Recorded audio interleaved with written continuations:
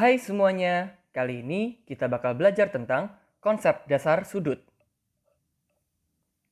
Di video sebelumnya, kita sudah belajar apa itu sudut dan ukuran-ukuran dari sudut. Di video ini kita mau belajar lebih lagi mengenai sudut. Yang pertama, kita mau belajar cara membuat sudut. Caranya adalah kita harus menggambarkan garis terlebih dahulu. Misalnya sebuah garis namanya garis AB. Lalu, kita akan putar garis itu dengan pusatnya di A, sehingga terbentuk garis AC. Setelah itu, kita akan memberi nama untuk sudut BAC atau CAB, yaitu misalnya theta. Di sini bisa teman-teman lihat, garis yang pertama itu adalah garis AB. Lalu AB ini akan kita putar, dengan pusatnya berada di A. Sehingga ada garis lagi nih namanya AC. Tetapi saat kita putar, ingat kita bisa putar dia searah jarum jam atau berlawanan jarum jam. Kalau berlawanan jarum jam, kita akan menghasilkan bentuk yang seperti ini. Jika searah jarum jam, kita akan memperoleh bentuk seperti ini. Nah, jadi akan ada dua sisi akhir, teman-teman. Sisi akhir yang di sini dan sisi akhir yang di sini. Kalau garis AB ini kita putar berlawanan dengan arah jarum jam, maka sudut ini dikatakan bertanda positif. Sedangkan kalau garis AB ini kita putar searah jarum jam, maka sudut ini dikatakan bertanda negatif. Selanjutnya, sudut itu berkaitan erat dengan kuadran pada bidang kartesius. Apa itu kuadran? Kuadran itu adalah daerah yang dipisahkan oleh sumbu X dan sumbu Y. Bisa dilihat di sini, ini kan sumbu X dan ini adalah sumbu Y. Maka daerah-daerah yang dihasilkan ini itu adalah yang disebut kuadran. Nah, di sini ada 4 kuadran, teman-teman. Kuadran pertama itu adalah daerah yang berada di X positif dan Y positif. Kuadran 2 itu berada di X negatif dan Y positif. Kuadran 3 itu berada di X negatif dan Y negatif. Dan kuadran 4 berada di X positif dan Y negatif. Nah, kaitannya dengan sudut itu adalah kita menggambarkan sisi awal berada di sumbu X positif. Jadi pangkalnya berada di 0 dan arah panahnya itu berada di X positif. Itu adalah sisi awal.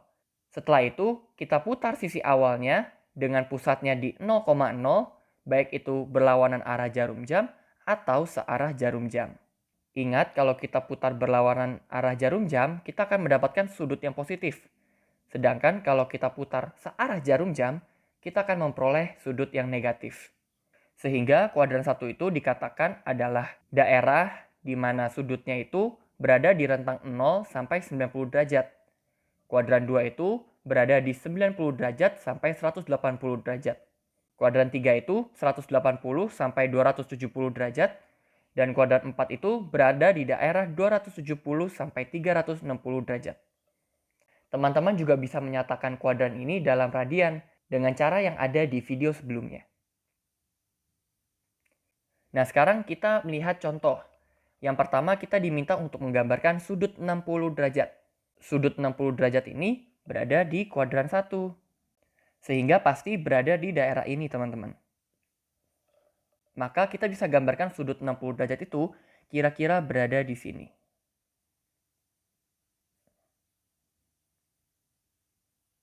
Ini tetanya adalah 60 derajat.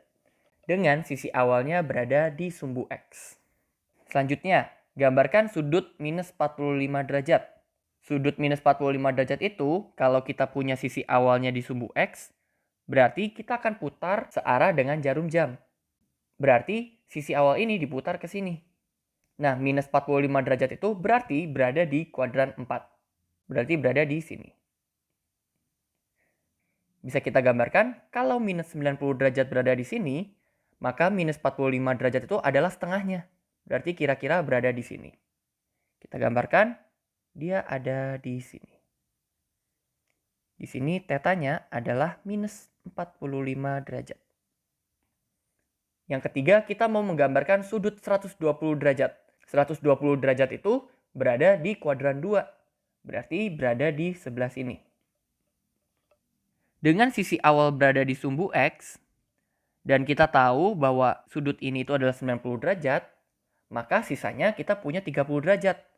Maka kita gambarkan 30 derajat dari sumbu Y yang kira-kira berada di sini. maka sudut ini disebut theta dengan luasnya adalah 120 derajat. Yang terakhir, kita diminta untuk menggambarkan sudut 600 derajat. Kita tahu bahwa sudut 600 derajat ini melebihi satu putaran lingkaran. Maka kita mau tahu, setelah sudut ini memutari lingkarannya satu kali, maka ada berapa sisa derajatnya? Bisa kita hitung dengan 600 dikurang 360 derajat. Sehingga kita memperoleh 240 derajat. Di mana berarti rentang ini berada di kuadran 3. Maka sudutnya pasti di kuadran 3. Dengan sisi awal berada di sumbu X positif, dan kita tahu bahwa sudut ini itu adalah 180 derajat, maka sisanya kita punya 60 derajat. Maka kita akan menggambarkan 60 derajat dari X negatif. Maka kira-kira sudutnya itu berada di sini. Maka sudut yang dihasilkan akibat perputaran ini berada di theta sama dengan 240 derajat. Oke, sampai di sini dulu ya pembahasan kali ini. Sampai jumpa di video pembahasan selanjutnya.